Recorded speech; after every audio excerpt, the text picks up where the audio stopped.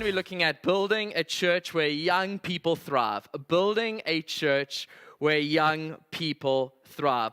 I think when we think about building a church where young people thrive, I think this is what we think about. We think about opening up a Friday night meeting, starting a youth group, have a little bit of budget for hot dogs and Coke, right? Maybe put on the smoke machine and a bit of haze in the house, LED lights, thumping music, and a radical guy with, like skinny jeans and holes in his jeans. He's going to be the leader.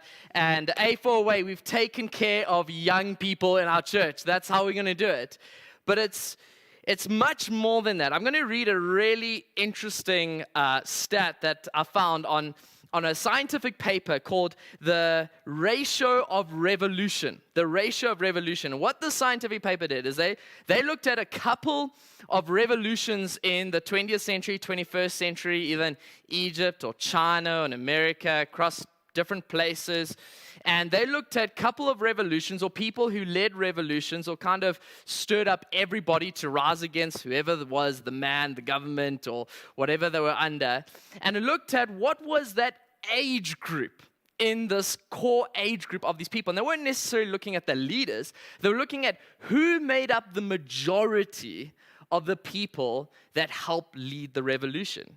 You're not going to believe it. The average age, the core group of these people in the scientific paper was between the ages of 15 and 29. That's significant. That is really significant. In fact, if you look at the average age of our world, it's way under 30. Specifically in South Africa, the average age of a South African is 26.5 years of age. It's really significant that. And when you begin to think about that, you realize that people who cause change in their area of kind of influence were really young age. And we have to say, well, no matter, that's why God called Samuel. That's why God called Esther. That's why God called Daniel, David, Timothy. He called these people because it's in the young people that we see radical change take place. And we're thinking, hey, if someone has God inside of them, we'll see incredible movements of the church when we activate young people in church. And I think we have to start recognizing, how do we do that? How do we go about building a church where young people thrive? Well, this is the first point. The first point is this: build a church not for young people, but with young people. Build a church not for young people, but with young people. You see, when we're thinking about just building a church for young people, this is what we think. We think, play Justin Bieber music, have everything, all place, the dimmed lights, everything. That's how we think about it. But when we say with young people, it's completely different. That means our leadership team looks young. That means if we want to reach young people, half our team, if we're talking about a South African context tonight, has to be the people, the average person we're trying to reach. So how do we do that? How do we raise leaders? Well, there has to be an understanding that the leadership pipeline has to start really, really young. And what I mean is, it's not a young married guy with 2 kids holding a stable job. I'm talking about in kids ministry, we start talking about leadership. I'm talking about in kids ministry with people, with kids leading other kids. Like grade 7s leading small groups, talking and helping them disciple, like grade 4s and 5s.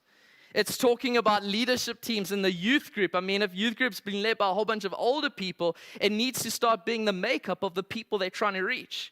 Why can't 13-year-olds lead small groups? Why can't 14-year-olds preach? Why can't 15-year-olds have this global mission inside of them to reach the world?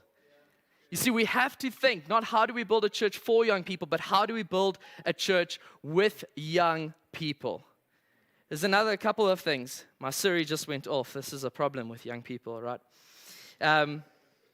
Second one is this, is that we need to start thinking, how can we bring young leaders into our leadership forums?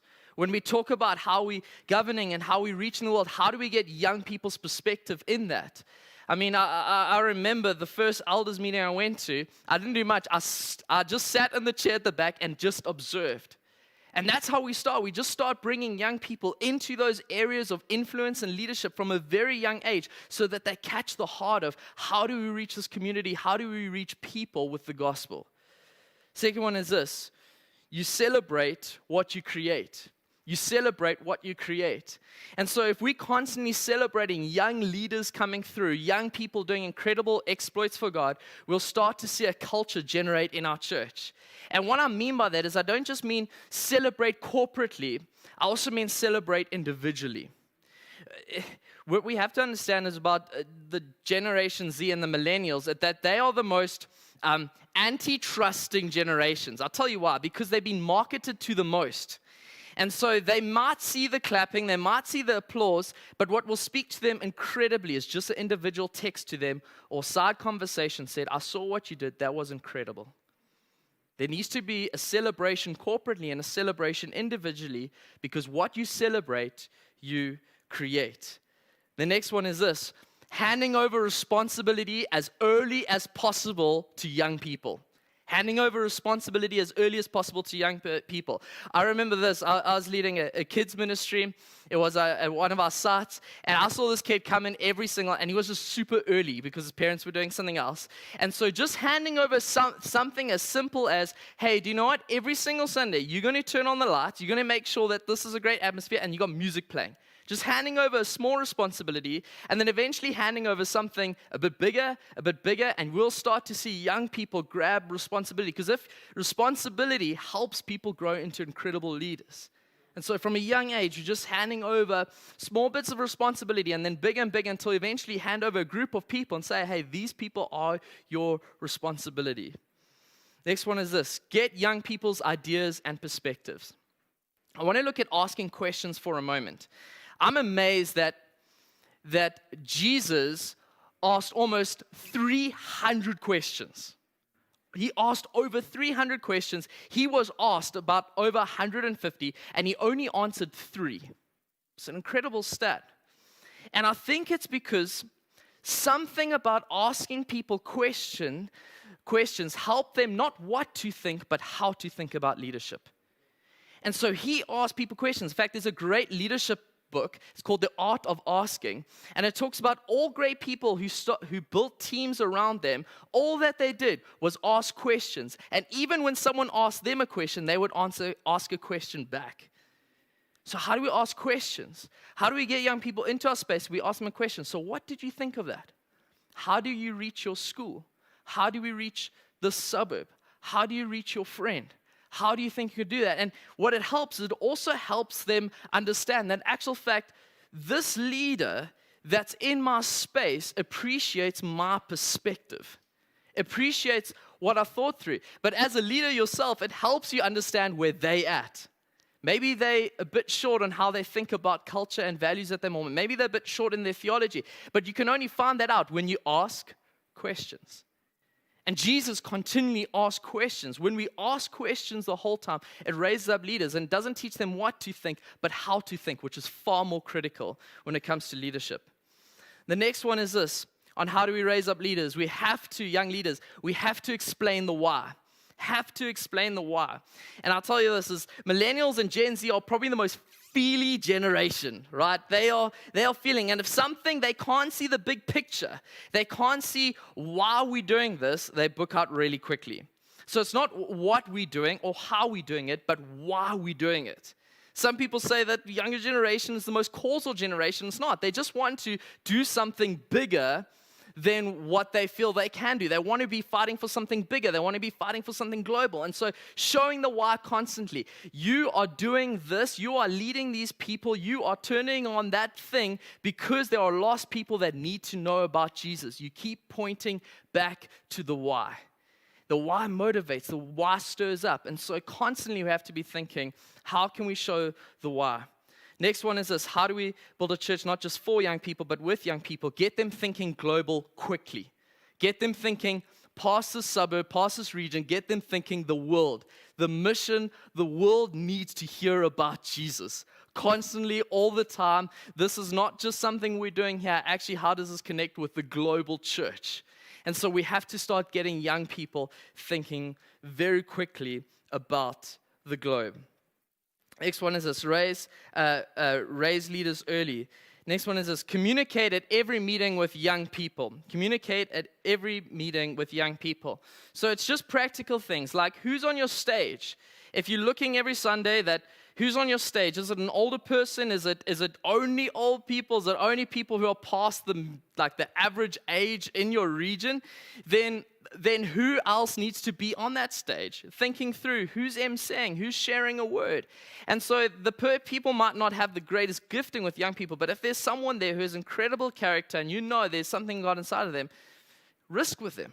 Risk with their gift, but not with their character. And so get young people on stage as quickly as possible. The next one is prayer meetings. Get everyone involved in prayer meetings. Young people, kids, prayer meetings are great to bring through young people. Next one is this, mission trips. Just get as many people. It's not just the guy with the 4x4. Maybe there's a student with a Taz that needs to go on mission, right? So, next one is this, draw them in relationally. Draw them in relationally. Don't use them as a token card, but build relationships with young people.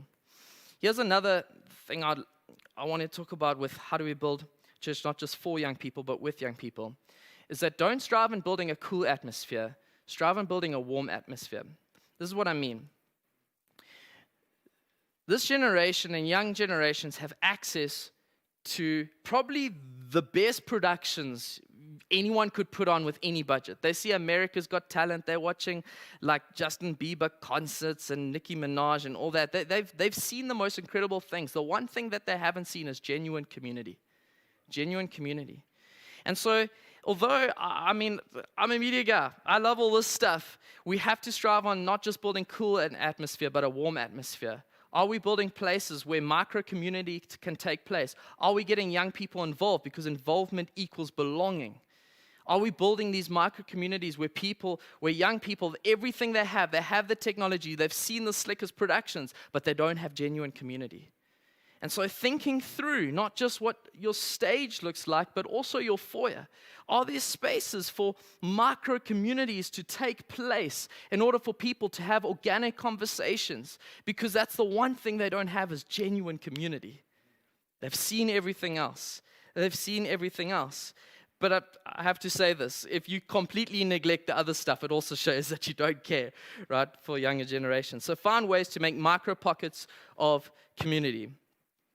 So that's looking at building a church not for young people, but with young people. The second one is this, how do we build a church where young people thrive?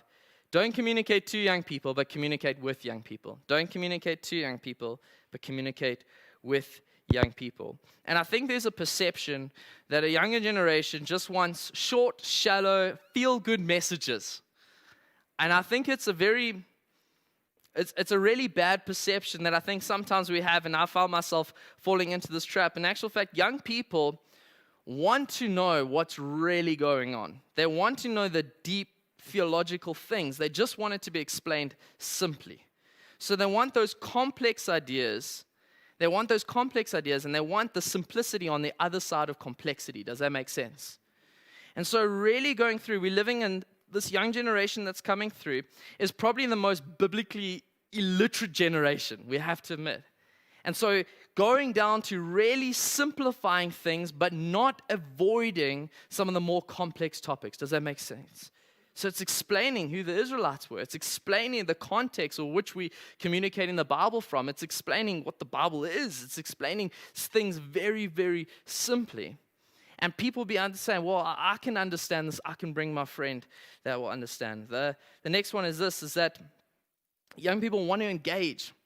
They want to engage. And so I'm thinking a little bit through this, so don't state this or write this down, but I'm amazed at what's happening with podcasts in this young generation. It's absolutely amazing. There's a guy recently that's just been bought out by Spotify, music platform, to exclusively have his podcast on their platform for over $100 million, right? And so what makes podcasts so amazing is that it's really badly done. I've watched this podcast. It's really badly done. It's just a couple of guys having a conversation, but there's engagement. There's a live chat. People can throw in questions. They're busy all the time engaging, where there's like this two-way conversation. See, at the moment, I think a lot of our communication is one way. It's TV, it's radio, it's newspaper, that's one way. But all these incredible platforms that have come out are two-way conversations. And so young people don't just want to engage 3 days later. They want to engage now. They want to ask a question now. They want to know, hey, how is this relevant for my life now? How can I share it with a friend now? And so we have to the church has to find ways in which we can create engagements on different levels of not just preaching, but in leadership as well. So what do you think about this? How do we do this? And constantly finding platforms of engagement. Next one is this. They want to engage. Third one, be on their platform. Be on their platform.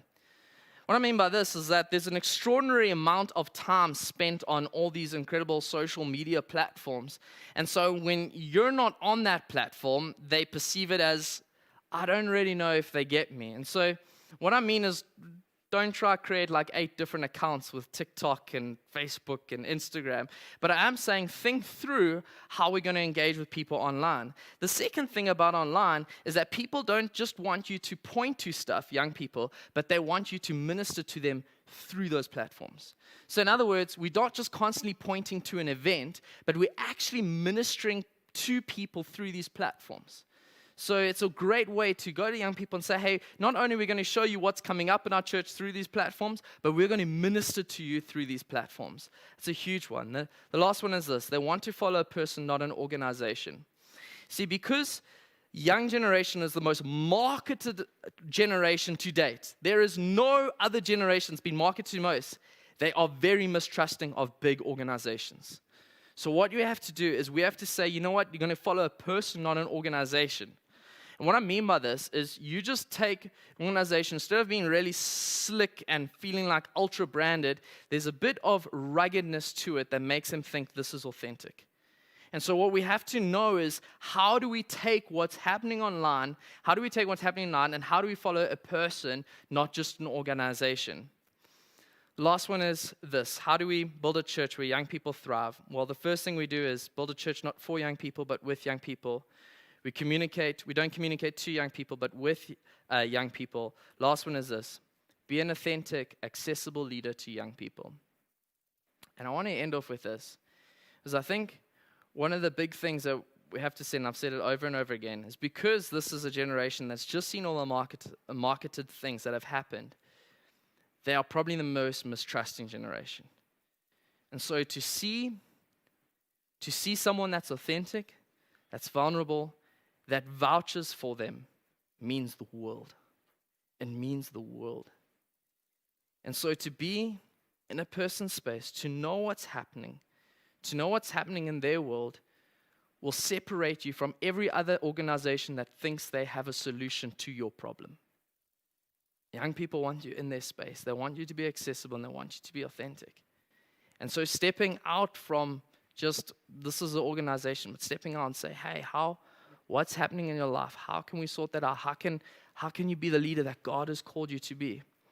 I think will help us see a church where young people thrive.